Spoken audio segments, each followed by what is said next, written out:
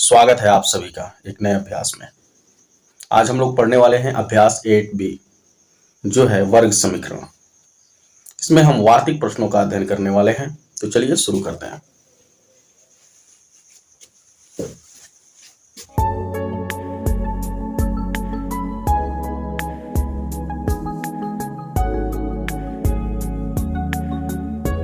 लिखा है पहला सवाल, एक वर्गाकार मैदान का क्षेत्रफल 441 वर्ग मीटर है।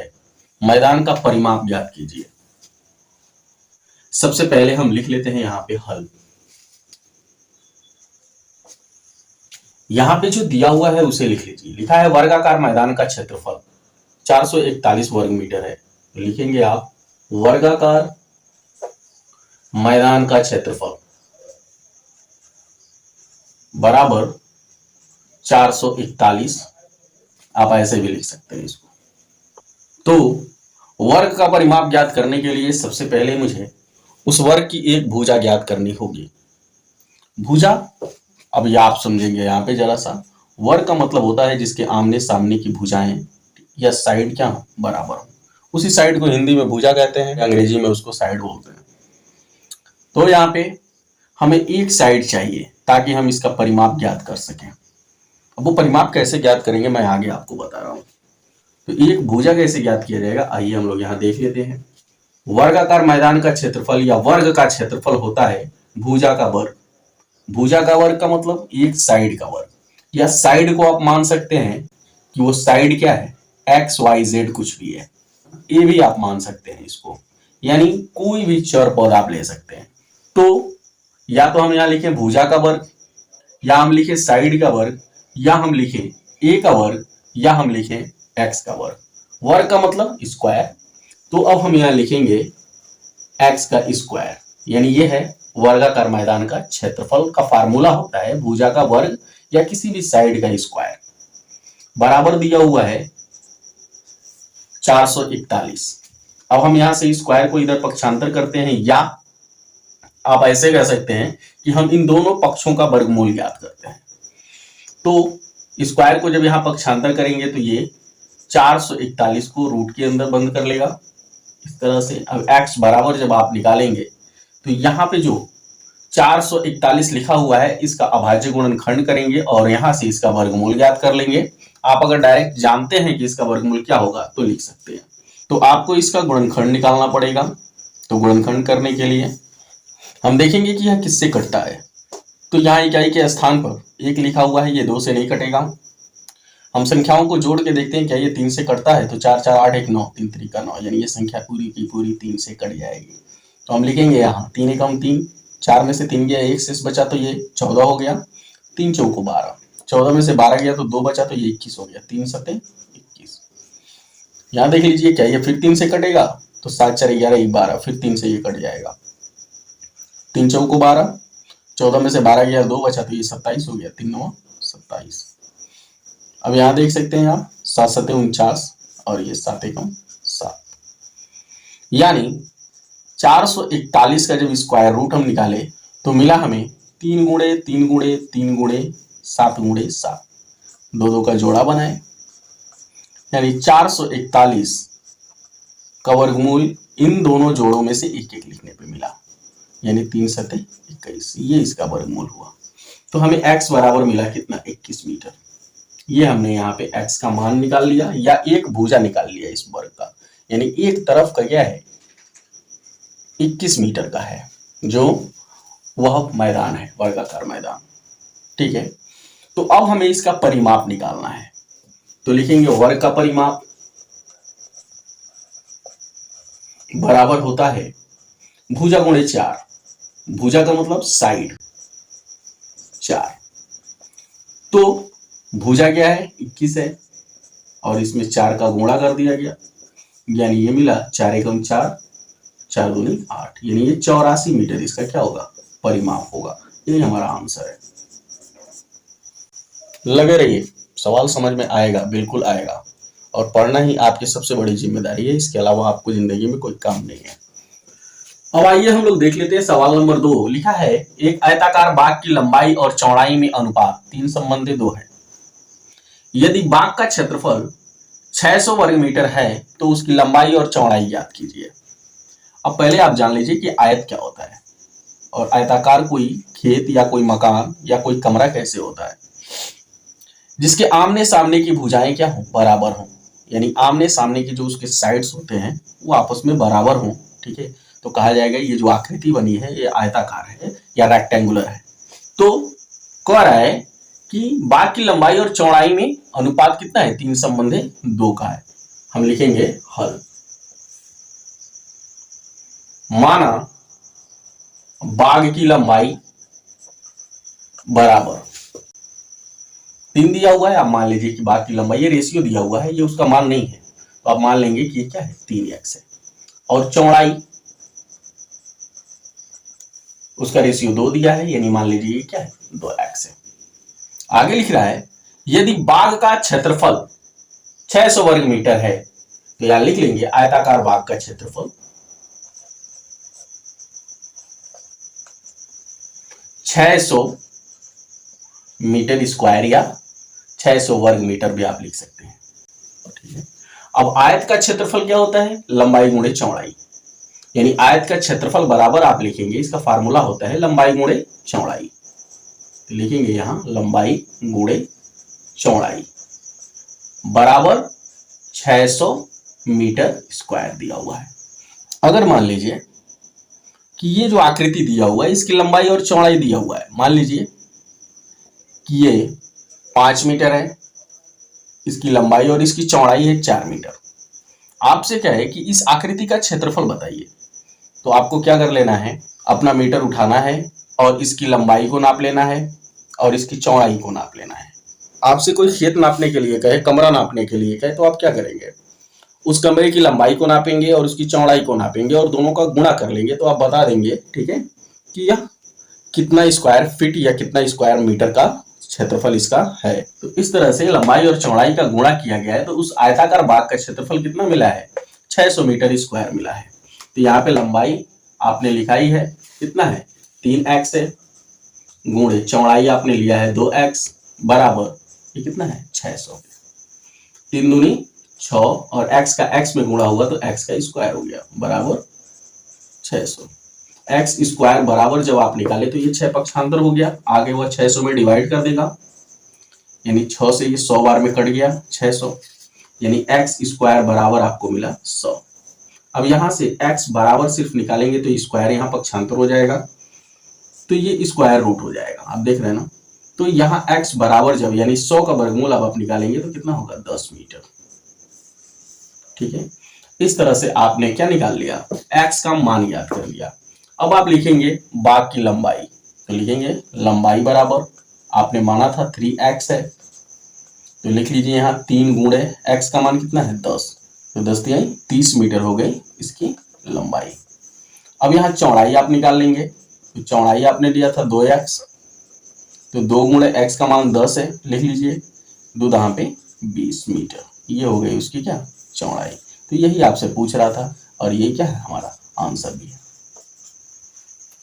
आइए हम लोग देख लेते हैं सवाल नंबर 3। लिखा है एक वर्गाकार मैदान का क्षेत्रफल 225 वर्ग मीटर है, उसका परिमाप ज्ञात कीजिए। तो पहले आप जान लीजिए कि वर्गाकार होता क्या है, इसके बारे में मैंने पहले भी बताया, अब भी बता रहा हूँ। वर्गाकार का मतलब जिसकी चारों भुजाएं आपस में क्या हो, बराबर हो, उसको वर्गाकार बोलते हैं। ठीक है, कह रहा है कि इसका क्षेत्रफल यानी इसकी एक साइड को नाप लिया गया और उसका स्क्वायर कर दिया गया तो इसका क्षेत्रफल ज्ञात हो जाता है कि यह कितने एरिया में फिगर बना हुआ है। बात समझ रहे हैं ना, वही इसका क्षेत्रफल होता है। तो हमें इसका परिमाप बताना है कि कितना होगा। आइए सबसे पहले हम लिखेंगे हल, वर्गाकार मैदान का क्षेत्रफल। क्षेत्रफल बराबर दिया हुआ है 225। हमने आपको बताया है कि वर्गाकार मैदान का क्षेत्रफल कैसे ज्ञात किया जाता है, उसकी एक भुजा को नाप लीजिए। आप कहीं भी जाएंगे, अगर कोई वर्गाकार स्ट्रक्चर आपको दिख रहा है और उसका क्षेत्रफल आपसे पूछा जाए तो आप उसके एक साइड को क्या करेंगे, नाप लेंगे और जितना वो आएगा उसका 2 घात कर देंगे, यानी उस पर स्क्वायर लगा देंगे। समझ रहे हैं ना, आप वहां से उसका क्षेत्रफल ज्ञात कर सकते हैं। ठीक है, इसको बोलते हैं फार्मूले के लिहाज से भुजा का वर्ग। ठीक है, यानी एक साइड को नापा गया और उस साइड का वर्ग। अब उसको कोई चर भी आप मान सकते हैं कि आप मान लीजिए वो चर क्या है, ए है। आपने पहले में x माना था, इसमें आप ए ले सकते हैं। ए स्क्वायर बराबर 225, ठीक है, यानी वर्गाकार मैदान का क्षेत्रफल ए स्क्वायर बराबर कितना दिया है, 225 ये है उसका क्षेत्रफल। अब आप यहां से एक भुजा ज्ञात कर सकते हैं कि एक साइड इसका कितना है। तो आप यहाँ दोनों का वर्गमूल ज्ञात कर लीजिए, यानी ऐसे हम इस सवाल को बता देते हैं थोड़ा नए तरीके से, यानी दोनों का वर्गमूल ज्ञात करेंगे तो यहां भी आपको मिलेगा ए गुणे ए पे 2 घात है तो, और यहाँ आपको मिलेगा इसका 225 का गुणनखंड कर लीजिए तो ये हो जाएगा 5 चौको 20 और 5 25, 5 9 45, 3 3 का 9, 3 1 3, यानी आपको मिलेगा 5 गुणे 5 गुणे 3 गुणे 3। अब यहाँ से 2 2 का जोड़ा बना लीजिए और यहाँ से एक जोड़ा बना। अब इस एक जोड़े में से एक मिला आपको, सिर्फ एक, और यहाँ इस जोड़े में से आपको मिला 5 और यहाँ से मिला 3, यानी ए बराबर आपको मिल गया 5 3 15। यह है एक भुजा, ठीक है। आप चाहेंगे तो स्क्वायर को पक्षांतर करके इसको कड़ी में बंद करके एक तरफ से भी निकाल सकते हैं, कोई समस्या नहीं है। अगर आपको इसका परिमाप निकालना है तो लिखेंगे यहाँ वर्ग का परिमाप होता है भुजा गुणे 4। अब भुजा का मतलब वही ए जो एक साइड है आपकी, समझ रहे हैं ना, वही भुजा है, वही साइड है, वही कोई एक चर है, समझ रहे हैं।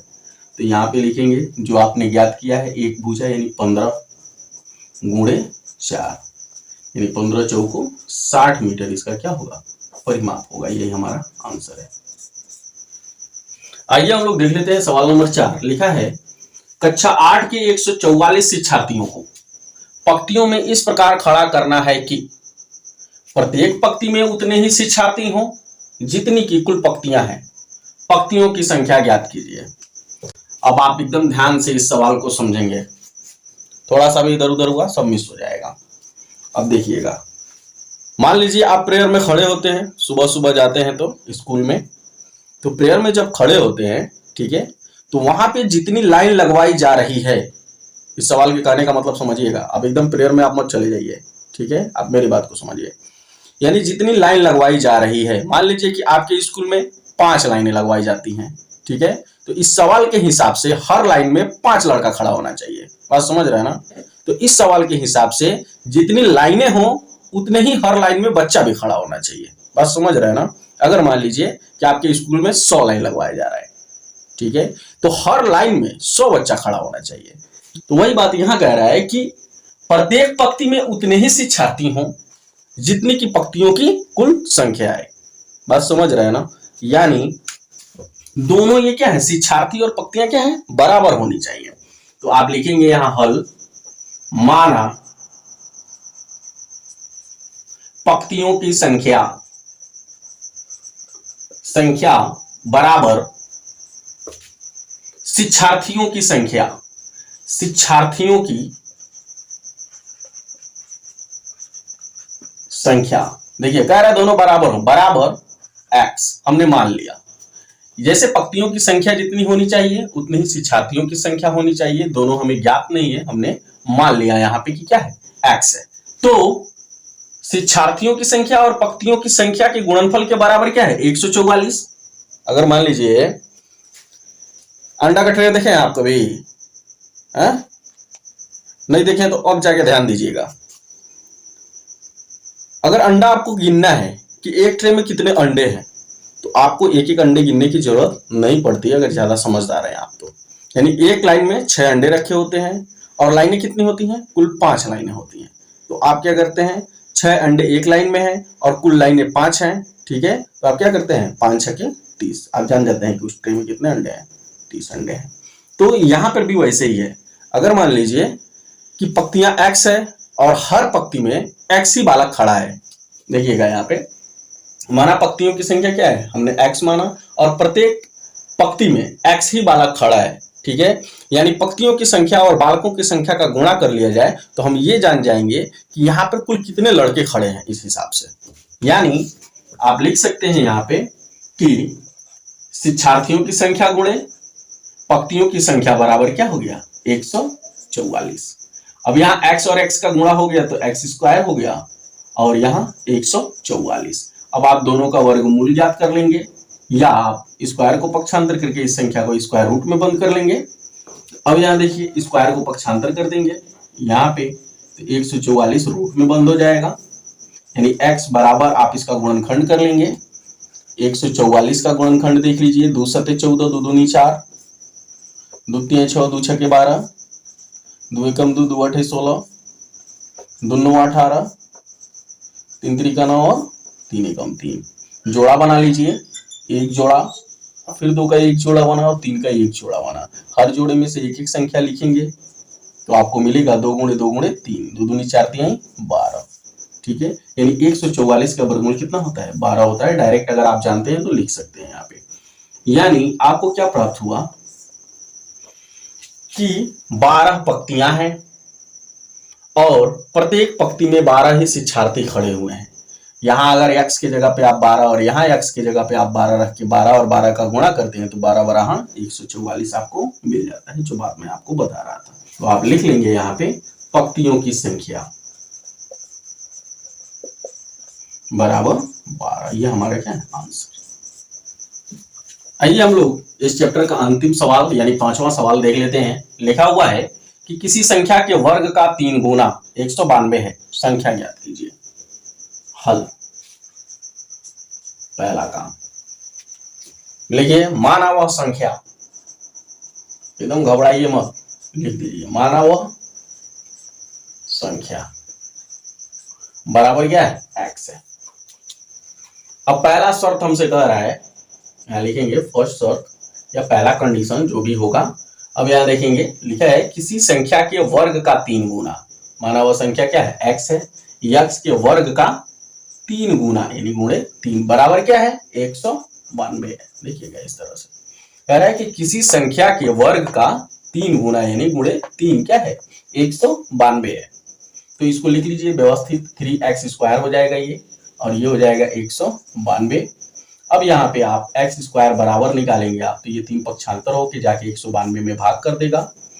3 छके 18, 19 में से 18 गया, 1 बचा, तो यह 12 हो गया, यानी 3 चौको 12।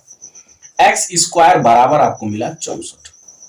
x बराबर जब आप निकालेंगे तो यह 64 स्क्वायर रूट में बंद हो जाएगा, यानी x बराबर आपको मिलेगा कितना? 8। यानी 64 का वर्गमूल कितना होता है? 8। तो वह संख्या क्या है? वह संख्या बराबर क्या है? 8, जो आपने माना था कि यह x है। इस तरह से आप इसका आंसर याद कर लेंगे। अब देखिएगा 8 का वर्ग करेंगे, 8 8 64, और 64 में 3 का गुणा कर देंगे तो 192 आपको प्राप्त हो जाएगा। तो चलिए आज के लिए इतना ही, फिर मिलेंगे अगली वीडियो में, तब तक के लिए जय हिंद।